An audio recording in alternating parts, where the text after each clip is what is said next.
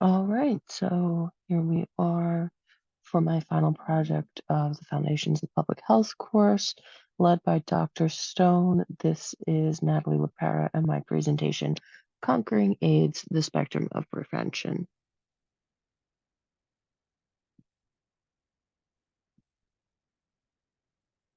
There we go. So starting with AIDS, unique problems require unique solutions. Some of the hallmarks of the HIV virus and then the subsequent AIDS condition are what not only make it so hard to treat, but also have presented such unique challenges in the realm of public health and prevention, as well as treatment and stigma issues and things of the nature. So looking at the actual HIV virus itself, it is an autoimmune disease, and it prevents innate immune system function, which essentially means that traditional antiviral medications don't particularly work. Antivirals do rely heavily on your innate immune system, and they help work in conjunction with that. And one of the hallmarks of HIV infection and then subsequently the condition AIDS is being an autoimmune disease. It attacks your immune system. So it's not possible to utilize your own immune system to fight it because it is attacking it and then essentially living in your own immune system, which leads us into the chronic carrier state. So, chronic carrier state, commonly known as latency or seemingly almost going into quote unquote remission, it happens with the HIV virus. It stops replicating after a certain point from initial infection. And in that dormant stage, the immune system in the human body can't pick it up. It doesn't recognize it, and it doesn't replicate either. So it just exists there quietly, unnoticed for a long period of time, which also leads to, contact tracing and outbreak identification issues as well with this extended latent period in the chronic carrier state, as well as just presenting a whole host of complications in treatment. Additionally, we see a high mutation rate, which also ties in with the chronic carrier state. A lot of those mutations take place silently once replication begins again after the chronic carrier state. So it again makes tracing more difficult. It makes the public health aspect of HIV and AIDS prevention more difficult. More mutations means it's not a clean lineage to trace back to potentially even the most recent interaction where a HIV could have been transmitted. And then again, leading with the chronic carrier state, there has been significant spread in communities prior to identification. So this was seen a lot in those in developing countries with bleeding disorders, sharing of supplies. HIV was not diagnosed in this population early on enough, and through sharing of blood supplies and things like that, there was massive spread in these communities prior to identification, prior to anybody showing any of their first symptoms. So before anybody could show symptoms, everybody's infected. And it requires a unique approach when trying to handle this on a public health level, more so than a standard viral illness such as COVID, where we saw symptoms develop in 2 weeks, which even felt like a long time for that. When we're dealing in the realm of HIV, we can be looking at 6 to 9 months, but from infection to initial symptom occurrence. So moving along to how does this tie into the spectrum of prevention? Well, first step is the spectrum of prevention. It sets out to strengthen knowledge and skills in the individual. The whole goal of this is to increase the average individual's ability to prevent injury, illness, and promote safety. So, as outlined in the National HIV and AIDS Strategy for 2022 to 2025, released by the White House, um, there's been significant focus on, and there is planned additional focus on direct to individual education campaigns. And this is directly in alignment with step one of the spectrum of prevention, in that the whole goal of these information campaigns is to directly increase the information available to the individual's skills, tools, and overall abilities to help prevent themselves from HIV exposure, help prevent themselves from spreading HIV if they happen to be HIV positive, and so on. So, in these direct individual education campaigns, we see targeted approaches in school curriculum, science-based health courses that include real world real world data, as well as up to date and mm, accurate and modern understandings of the disease. So while we see a lot of HIV and AIDS education in school curriculums currently, we're not necessarily seeing the most up-to-date information, which inadvertently leads to spread of stigma and things like that. So a big area of focus of this HIV and AIDS strategy that's been laid out by the White House is to revamp said school curriculum. um, Additionally, there's been a huge focus in utilizing social media. It is a burgeoning tool in spreading public health information, and the CDC actually has put together social media packets for influencers and other prominent society members who heavily utilize social media for organization and general public health platforms, as well as those who are not traditionally involved, such as, entertainment influencers and things like that, who might be members of high-risk communities.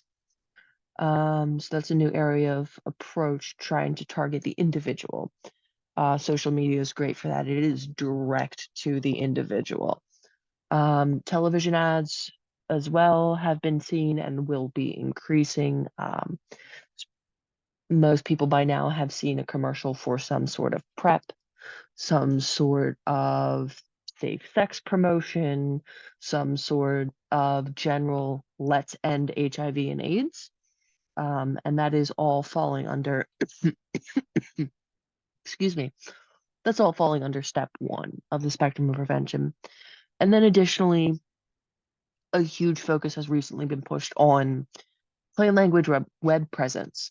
Um, Primarily, a really good place that illustrates this is the CDC's website. They have a sub-page dedicated directly to HIV and AIDS, and utilizing language that English speakers of all levels can understand. Scientifically accurate, but not daunting. It can be understood by layman's terms, but still up to date, truthful,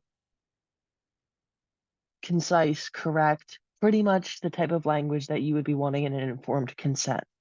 Excuse me. Again, this increases knowledge and skills in the individual. It is accessible at all points in time. It is self-paced learning, really falls under the umbrella of step one. Moving along to step two, we see a focus on promoting community education rather than education of the individual. So the goal here is to provide information and/or resources to community members to promote health and safety on a community level. So, as again outlined by the National HIV and AIDS Strategy for 2022 to 2025, we see this manifesting as targeted outreach to vulnerable communities, LGBTQIA youth, persons of color, immigrants, hypodermic needle users, who use them for intravenous drug use, as well as a couple other marginalized communities, and what this outreach looks like. And the step two approach is, at least in the world of HIV and AIDS, looks like, increased access to testing, increased testing sites, increased variety of locations where testing can be held, not just the standard doctor's office, but community health centers, family planning clinics such as Planned Parenthood. Excuse me. Another thing that we see is the Veteran Affairs Coordinated Care Dashboard for Patient Status. So what that is, excuse me, I'm so sorry. What this dashboard is it's essentially a targeted approach to VA members who are known to be HIV positive. And it is coordinated care across all levels of the VA, allowing for better outreach in relaying early treatment information, potentially helpful benefits, need for antiviral prescription refills, the whole gauntlet, essentially. It is a unified coordinated care dashboard that helps to target not only these HIV positive ex-service members or current service members, but as well as those ex-service members who do fall into these marginalized and or high-risk groups. Another huge change that has been seen and is being expanded as well is the expansion of clinic access and expansion of telehealth in HIV treatment. So until recently, basically until COVID hit, telehealth was not commonly used, especially not for something pertaining to an autoimmune disease or an autoimmune deficiency such as HIV infection. But with the boom of COVID and the boom of telehealth, we have seen patients be able to call. I'm so sorry.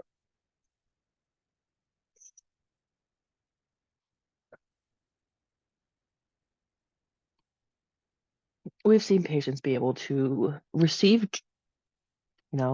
post-exposure prophylactics, early access treatment, or even just pre-exposure prophylactics prescriptions all through telehealth now, which is something that was originally impossible. So through promoting education of this in the community, through speaking about this at various other clinics, putting up flyers, just overall information campaigning, getting word out to these communities that you no longer have to wait in line at a doctor's office to get PrEP. If you're exposed, you no longer have to wait 4 weeks to get in to see a primary care physician to get tested. That's 4 weeks that somebody could be on treatment. With this boom of telehealth, we've seen not only an increase in screening and an increase in care, but we're actually seeing an increase in knowledge of the available resources to those who find themselves in a situation where they potentially do need medical assistance for a potential exposure. Um, Another huge area of promoting community education is language services at health clinics, Planned Parenthood, and any other location where testing may be held or treatment may be provided by providing translators, plain language services, plain language descriptions of things in a variety of languages, even things such as digital translation services for that patients bring in with them. It allows for an increased knowledge base on the community level and the individual level, but primarily the community level. It reaches these communities that were previously marginalized, and basically facing a barrier to this information, a barrier to treatment, a barrier to care. By providing language services, translation services, and the like, we see increased community education across the board, which is phenomenal. Again, also, one of the big things that is not quite there yet, but it has been a recent focus is reducing stigma around not only status, but overall just testing in general. And I'll go into speak about this in some later slides. There is legislation in some states that makes it borderline legally risky to be tested, under the assumption that if the test comes back positive, there are then other legal ramifications that can come into play with potential transmission and the criminalization of said transmission. So by spreading information in the community that it is good to know your status, it is good to be tested. Being tested routinely, regularly does not imply anything negative about someone, that it's actually an act of self-care, self-preservation to get tested, to know one's status. By spreading that through the community on a community level, hopefully we will see some of the stigma dissolve. Patients who have avoided the issue for years finally seeking care, and overall earlier intervention. And then another huge one is that we're starting to see and will hopefully continue, that falls under step 2 of community education, is there's been significant push for outreach at needle exchange locations. So this is a point of, it's a bottleneck for an incredibly high risk population. And this population has already shown indication of having a desire to prevent or protect oneself from HIV by utilizing a needle exchange. They're already there trying to take some steps to protect themselves. While they may be engaging in harmful activities, there is harm reduction already there. So when you're already there, it is a beautiful point to promote community education, promote resources in the community for testing, or even the National HIV and AIDS Strategy document actually calls for funding to hold HIV testing at needle exchanges. Basically, treat them like a one and done shop. Go in, you get your needles, and you get tested. It kills stigma. It raises awareness in the community, and it targets these vulnerable communities directly, spreading the information needed directly to these communities at the highest risk. Moving on to step 3, a very, very pivotal step. Here we're stepping away from the direct layman's interactions and actually working on educating our providers. So medical staff is great. Doctors are phenomenal. They go through a very long time in school, but at the same time, medical science changes rapidly, and it is only changing at an exponentially rapid pace in the past 10 years. So one of the big things that we are facing is a disparity of treatment from, dare I say, different eras of doctors. And one of the biggest ways that in trying to prevent an issue such as HIV and AIDS spread through a community through the public health lens,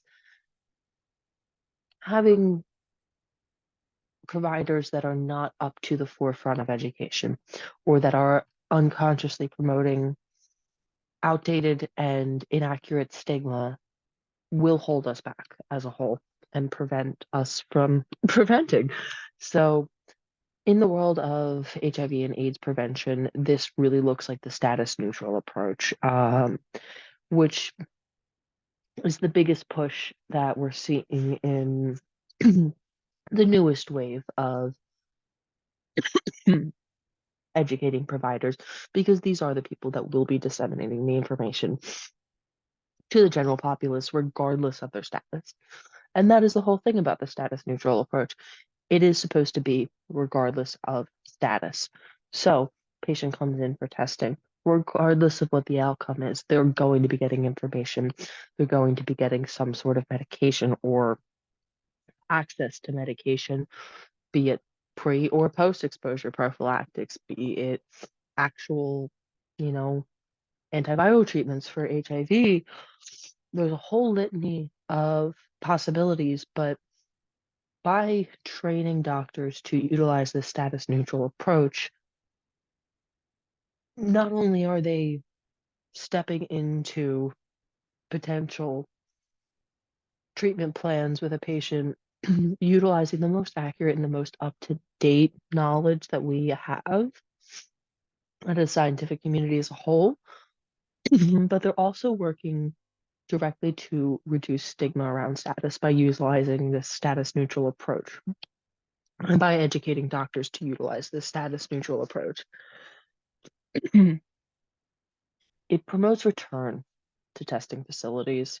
And again, a big push is educating providers on how to approach these topics with their patients and encourage them to return. It is it all comes down to how these providers are educated on bedside matter, how they're educated on relaying pivotal information to these patients, potentially very high risk patients. Um, with the status neutral approach of, if a patient comes back negative, they're still being given prophylactics, they're still being given condoms, they're still being given all kinds of information on protecting their negative status. It promotes them to return. Come back, get tested again. Come back when your prep runs out. And that all is driven by proper education of our providers. Additionally, not just, early treatment efforts, but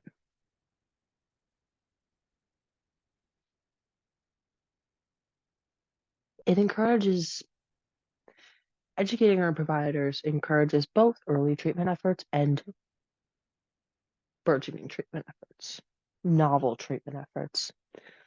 It encourages providers to utilize clinical trials. It encourages providers to give our patients the best fighting chance that they can get with the newest information, the most up to date information, and without continued directed education to our providers around these huge central pivotal issues in public health, we could be stabbing ourselves in the foot. While medical science may advance so far into the future, if patients are not receiving those advancements, we're not advancing as a society. We are not solving the public health problems.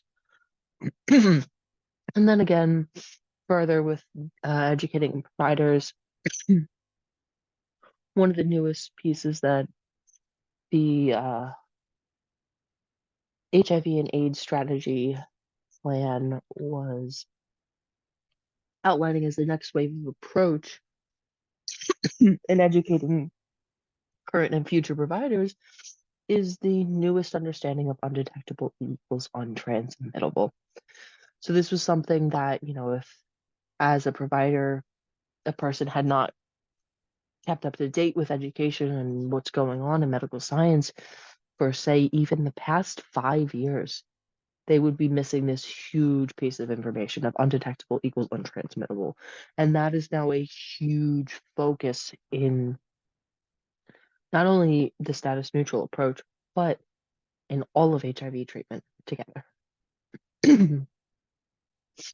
Step forums revolves around fostering coalitions and networks with the goal of bringing individuals together alongside of groups and organizations to drive a greater impact.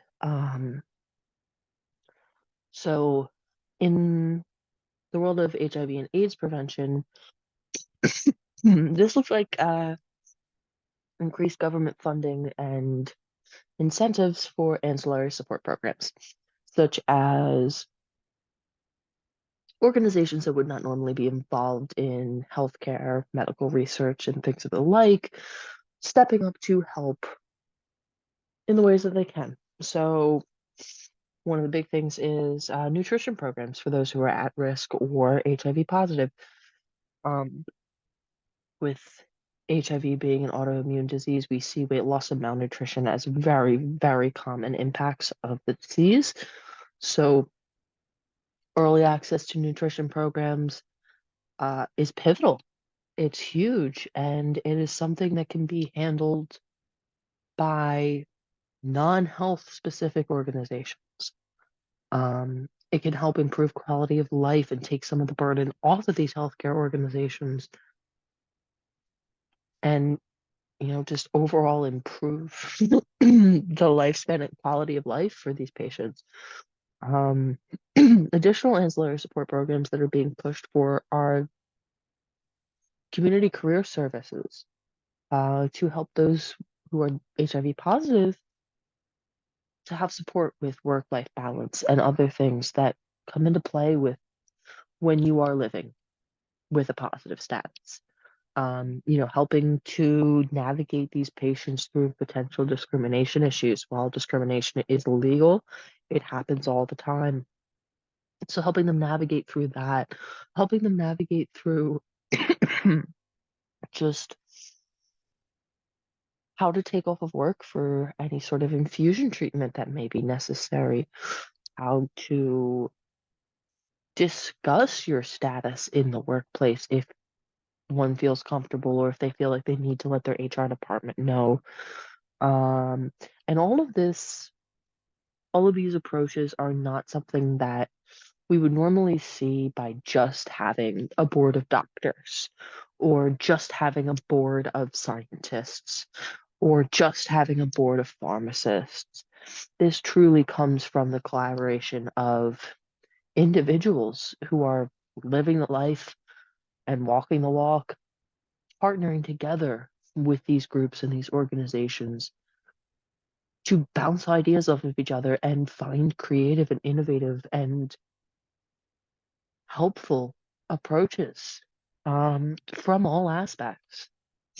And so some examples that we've seen with this also go into community collaboration. So big one is Center for Disease Control runs Let's Stop HIV Together, a nationwide program geared around information, information literacy on HIV and things like that, access to testing, access to care, access to prophylactics, as well as, tons of volunteer options and things like that.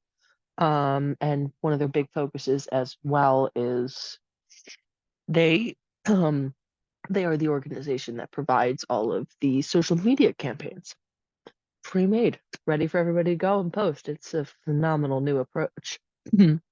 And again, that approach of utilizing social media is a direct result of step 4, as a direct result of collaboration between individuals, various government organizations, and non-governmental organizations. Additionally, this community collaboration has seen increased funding for community designed programs. So programs that are developed by those members who are directly in the community, who, as a boots on the ground is a terrible way to word it for, a viral autoimmune disease, but these are communities created by people who have lived the life, who understand the quiet struggles that may not be understood by those who have a good molecular or cellular understanding of the disease. Um, these community design programs have been commonly partnered with the Indian Health Service and the Substance Abuse and Mental Health Services Administration. Again, another example of coalitions and networks and collaboration across these different departments that are not necessarily strictly AIDS related or medical related. They're trying to partner with these groups to reach rural, marginalized communities or to reach those at higher risk, uh, even indirectly. For example, Substance Abuse and Mental Health Services Administration. That is a great launching point for collaboration in the realms of preventing HIV spread, preventing mental health issues, prevents significant amounts of substance abuse. Preventing substance abuse prevents increases in IV drug use. And then reduction in IV drug use leads to reduction in that form of HIV transmission. It all ties together. Then leading on to step 5 is after this collaboration, the next goal is to actually change these organizational practices. Um, after these groups have worked together to develop the best steps forward, is we need to see actual change in our institution, change in our how the way things run. So this looks um, a lot like federal policy changes.